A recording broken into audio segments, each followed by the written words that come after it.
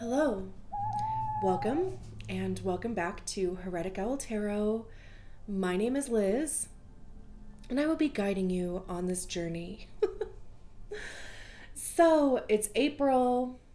These messages really are, kind of whenever you see them, but I do tend to do them at least monthly.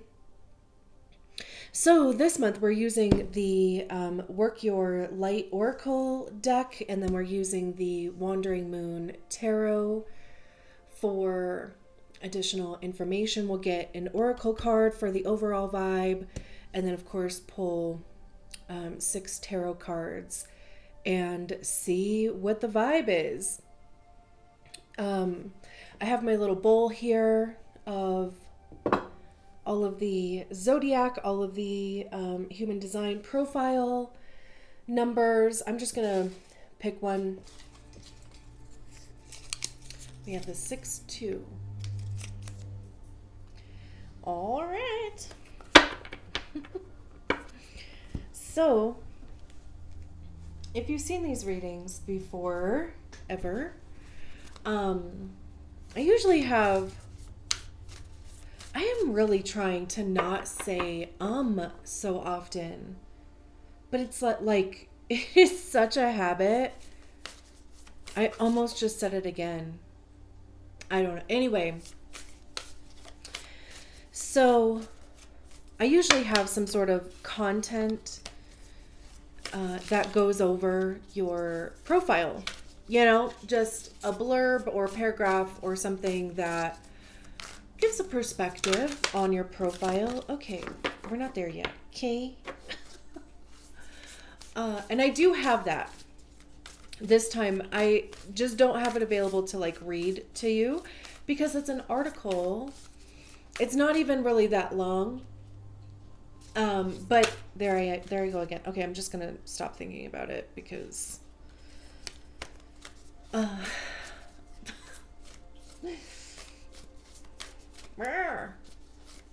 Like, how do you break speaking habits,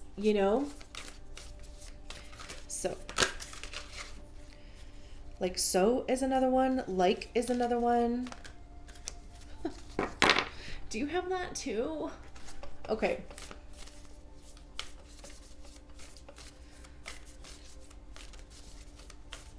So the article that I found is on the Jovian Archive website. Oh my gosh. Okay.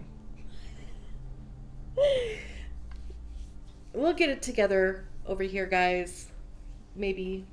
Hopefully. So the article that I found is on the Jovian Archive website, and it is written from a perspective of a 2-5 projector, which I think is pretty cool too. So they just go through each profile line. So, 1 through 6. Obviously, you would want to find the 2 numbers associated to your profile, the 6 and the 2. And yeah, I hope you find it informative. And with that, and the reason why I do that is because I personally love getting other people's perspectives. It just helps to broaden my knowledge and my understanding of things, even with tarot and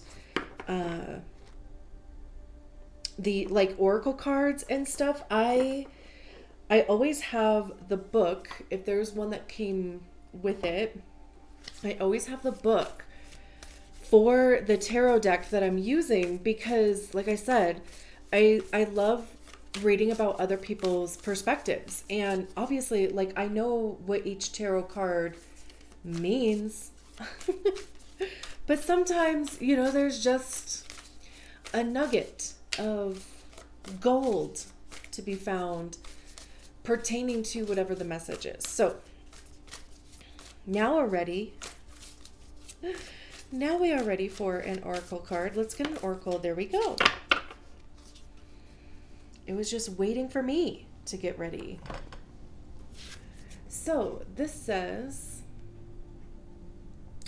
the Great Gathering. It's all coming together. Intuitive hits, Soul Tribe. Love that.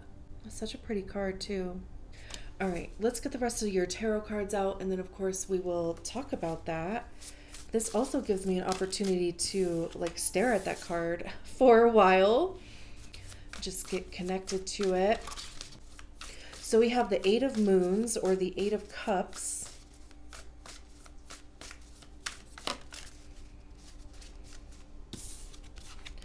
We have the Six of Swords. Very interesting.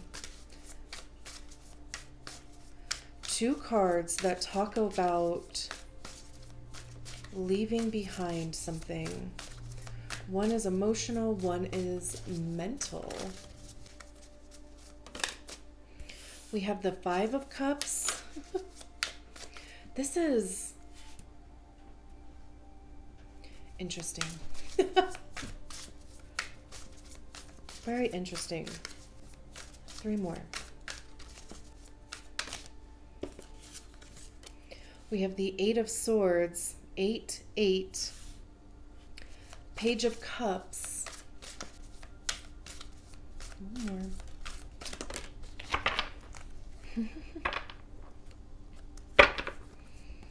Wow. Wowzers. Okay. I don't even know where that came from. Let me turn off this humidifier. Okay. I don't know if you can hear that or not. I love a progression. I really do.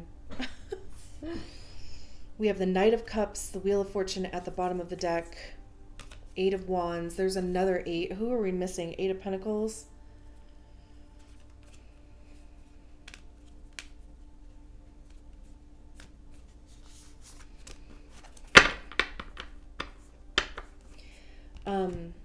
I mean, 8 might be a significant number for you. I mean, you know, it doesn't have to be. It's just always interesting when there's like multiple of the same number that come out. I want to see what this book says about the Great Gathering. You are being called to let your intuition move you physically. You are connected to a group of souls who are weaving a web around the planet. And as you travel and share your creations, something is rethreaded. This card is acknowledgement that you are either being called to connect with others who are like you at a soul level, or that you already are. You are being called to gather groups of people either by leading them or becoming part of a group that can support you and your soul's personal mission.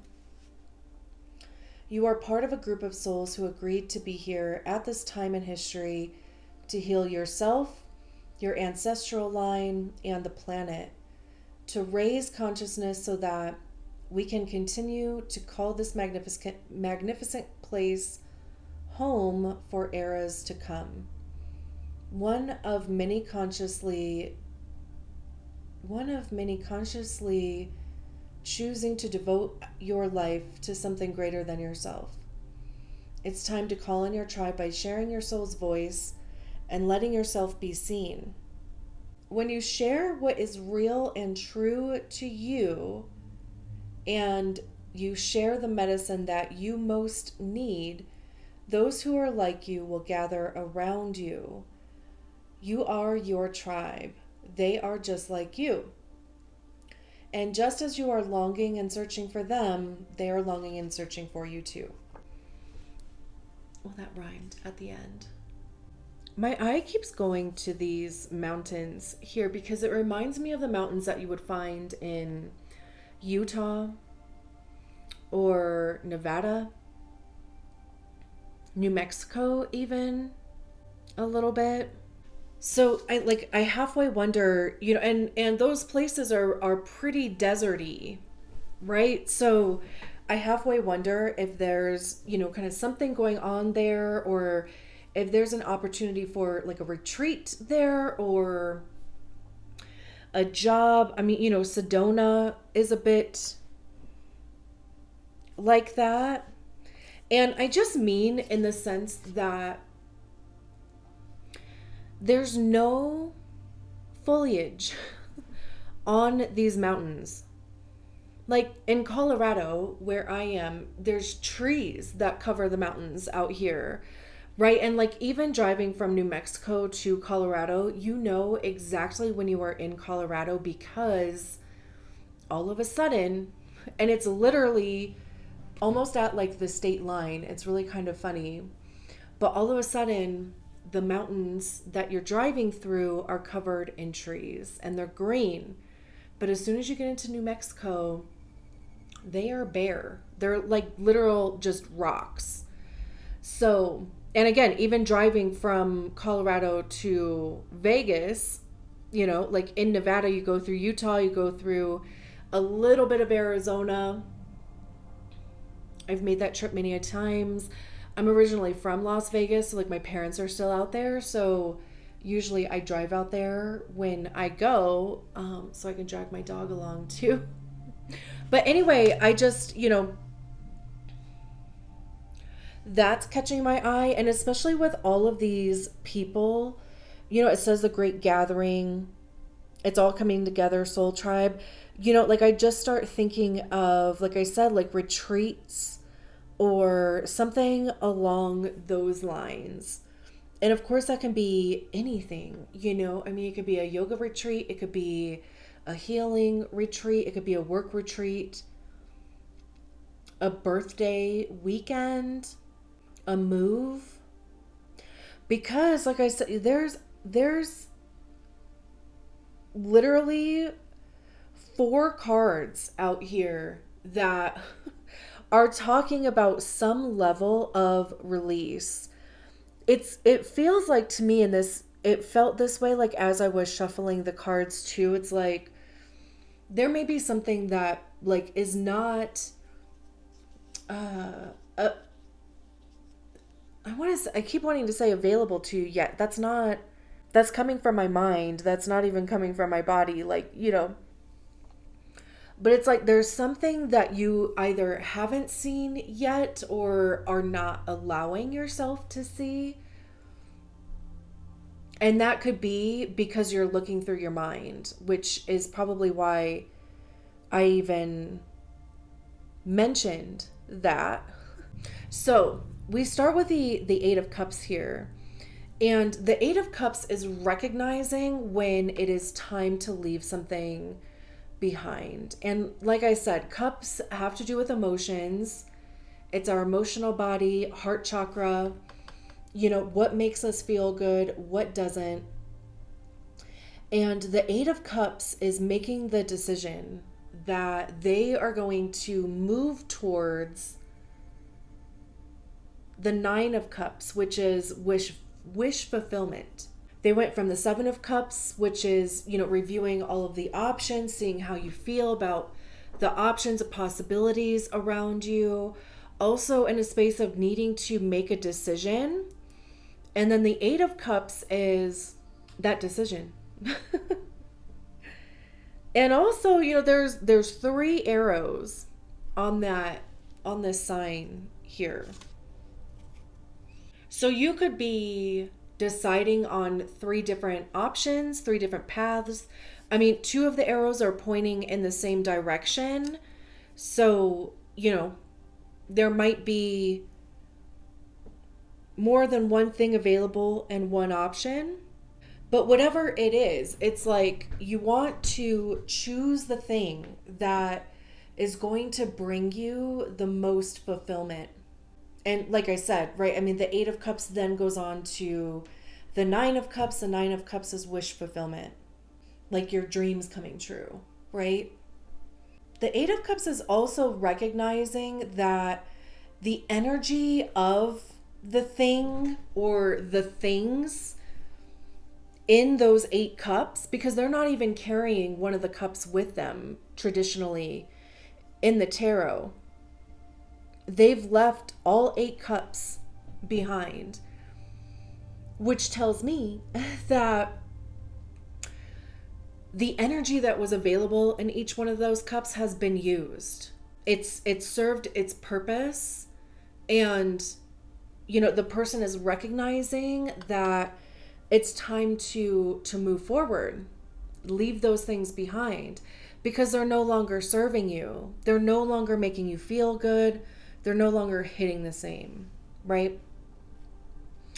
And then with the Eight of Swords, the Eight of Swords is a self-inflicted mind prison. Swords have to do with our thoughts. It's truth, honesty. It's our ego also, because that's generally where we hear our ego, is in our minds. And our ego is created by the stories that we attach to the experiences that we've had in life, whether it's true or not, whether it was our story or not. And it gets to a point with the Eight of Swords where you feel like you either don't have a choice, or you can't see a path forward, because again, traditionally in the Eight of Swords, they are blindfolded. There's 8 swords surrounding them and their hands are tied, but they're not tied in a way where they couldn't get loose. Like they're making a decision to stay there. They're making a decision to not take the blindfold off and get out of that situation. And it's also, you hear that saying, like, not making a decision is a decision. It's also a bit of that too. And, like in the beginning, I think it said something along the lines of, here we go. I'm like, that page is gone all of a sudden. You are being called to let your intuition move you physically. Obviously, we're talking about the 6-2 profile, right? So we're talking human design over here. And that to me would be more strategy and authority. And, not following strategy and authority would lead you into this not self. I'm trying to what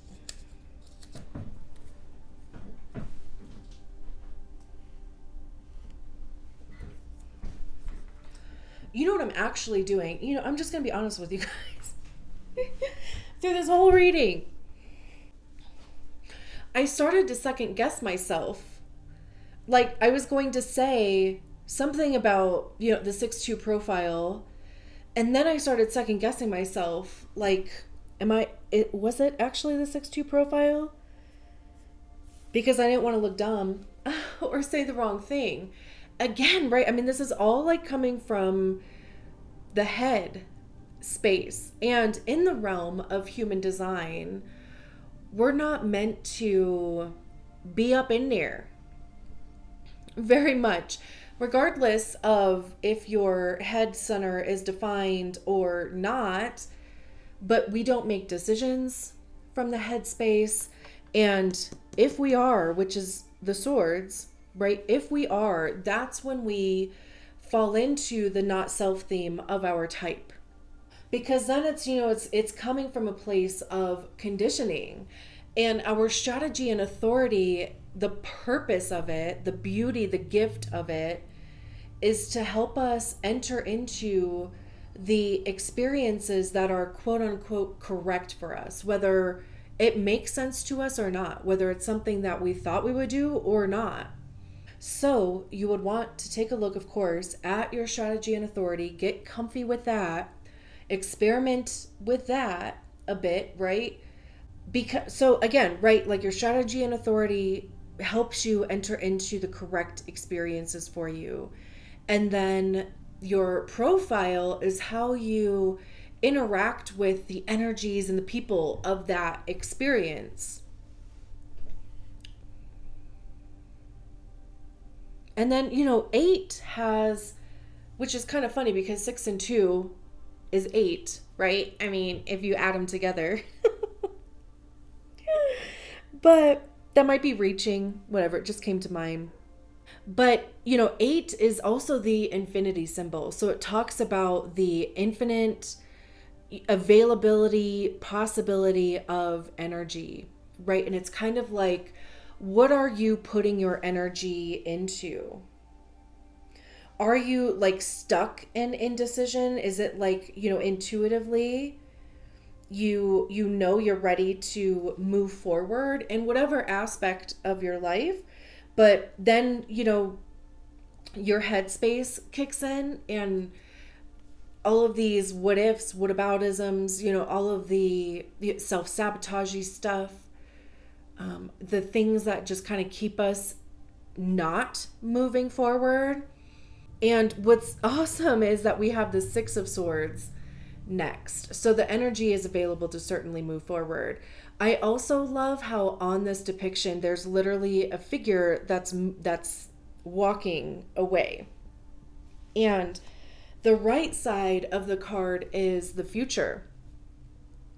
Left side of the card is the past, which is also interesting too, because now that I look at this card, there's one arrow pointing to the past, there's two arrows pointing to the future, and it's like majority wins, right? This hand is coming out from the past, so again, it would be past shit that's like holding you back, that's preventing you from moving forward. And the Six of Swords is that card of mentally moving forward. It's making a decision, even though you obviously 6 comes before 8. But, just the way that they came out, they're not even carrying one of these swords here. All of these swords are being left behind. Traditionally, in the Six of Swords, they're in a boat and they're moving from like kind of choppier waters to more peaceful waters, right? So again, leaving behind what is no longer serving you, those thought patterns, the behavior patterns, belief systems, the stories that you have about yourself or about an experience or about the future, about what's possible, all of that is being left behind. And I love that it's paired with the Page of Cups. I swear, these little bowls have not caused like any trouble. I don't know if you can even hear them, but it's like every time I move my table, which is like anytime that I move, basically, they make noise. So anyway, I don't know if you can hear that or not, but again, in the ego, I'm like, it's not perfect. So I'm going to be judged, right? So I'm like judging myself, and I'm just telling you out loud, like what's happening. I'm like narrating my thoughts. Look how many moon cards are out here too. Cups cards. There's literally only cups, only swords. I just put that together too. And speaking of being put together, I'm going to self-plug for a second before I absolutely forget, because I have been. Anyway, if you haven't liked the video yet, I would love it if you did. Even if you don't like it, thumbs down. Either way, do something. I accept both. If you haven't subscribed to the channel yet, I would love it if you did that. Drop a comment, even if it's just a few emojis. I love emojis. But I am trying to catch the YouTube algorithm train, and I'm trying to just grow this beautiful community, grow this channel. I'm focusing my energy on that. And obviously I cannot do that without you. Speaking of the great gathering, not that this has anything to do with me, I'm just relaying it back to you, of course, because the reading is about you. But if you could do any or all of those things, that would be great. And I do really appreciate it. I love that the Six of Swords is paired with the Page of Cups, because the Page of Cups is very like imaginative. There's a play aspect to it. pages are a bit younger in energy, right? So they have like an enthusiasm about new stuff. Like they're excited about what's new, like what's coming up. Also, even too, like with it being cups, cups are very much about our intuition. So there is even just this reconnection with your intuition, or even if that is something that you are attempting to do for the first time in a long time or ever. And it would almost really be like feeling out, like, what does your intuition feel like? Right? Like, how do you feel your intuition? How do you hear it? Again, check out your strategy and authority. Not that that's necessarily intuition per se, but again, it's going to help you make decisions. And not only that, but like feel good about your decisions. And, cups for the most part, like they do want you to feel good. It's obviously still a journey because we have the Five of Cups over there. And the Five of Cups talks about grieving, mourning. In that depiction, it kind of almost looks like the moon's like slipped between their fingers.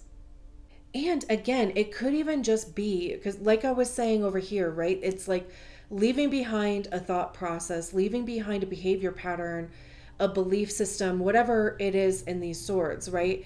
And the Five of Cups would be emotionally mourning those things. Because again, how many times have I said like traditionally on the tarot? There are three cups that have been overturned, and there's still two cups available, but the person in the card is focused on the three cups that have been turned over, right? And that could be what you are being asked to leave behind, is this past experience of not being satisfied by those three cups, or the thing that you have been trying to manifest not showing up in one of those three cups. But the message with the Five of Cups is that it's not all lost, right? And the things that didn't manifest for us, they didn't for a reason, because they weren't meant to. There's that song by Garth Brooks, Unanswered Prayers. Love that song. But that's what it talks about is, if I would have gotten what I prayed for or what I asked for, I would have been in a completely different place in my life. And in that song, if you haven't heard it, if you haven't, you should. Oh my gosh, go listen to it. But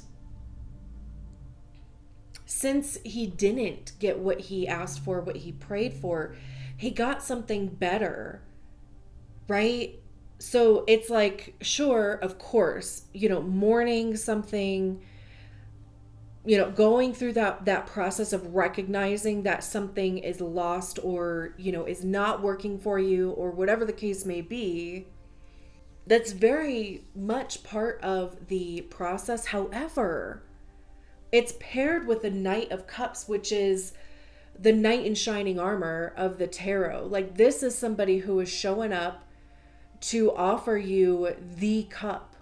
It can, of course, be relationship. This whole thing could be about a relationship. It could be work, like I said, even though we don't have pentacles out here, but it's still like, having an emotional connection to your work, like wanting to feel good about the work that you're doing, how you're spending your time, right?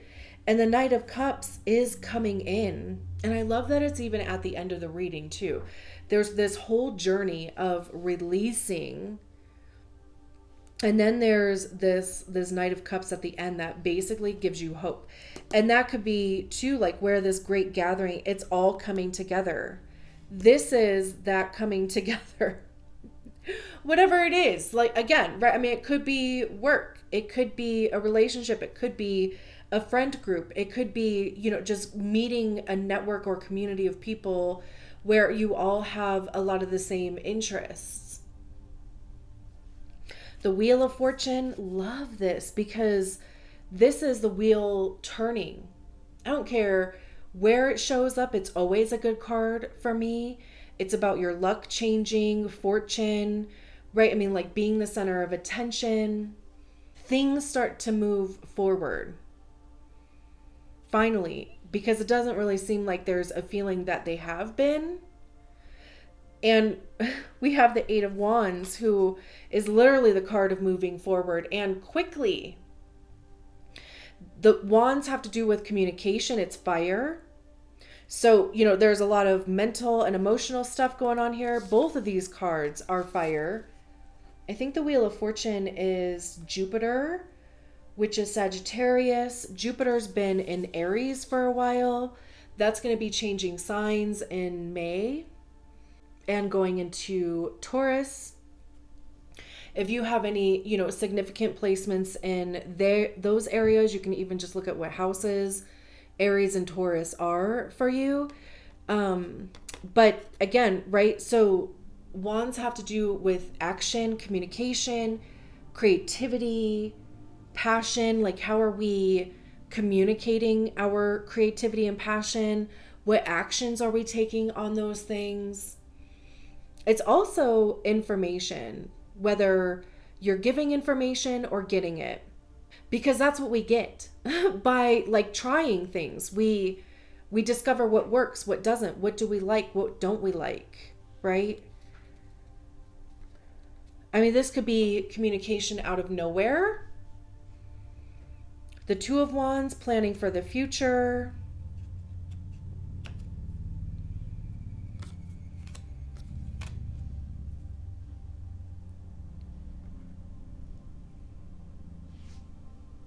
Beautiful. I'm going to leave it there. Thank you so much, truly, for allowing me to read your cards. I'll talk to you soon. Bye.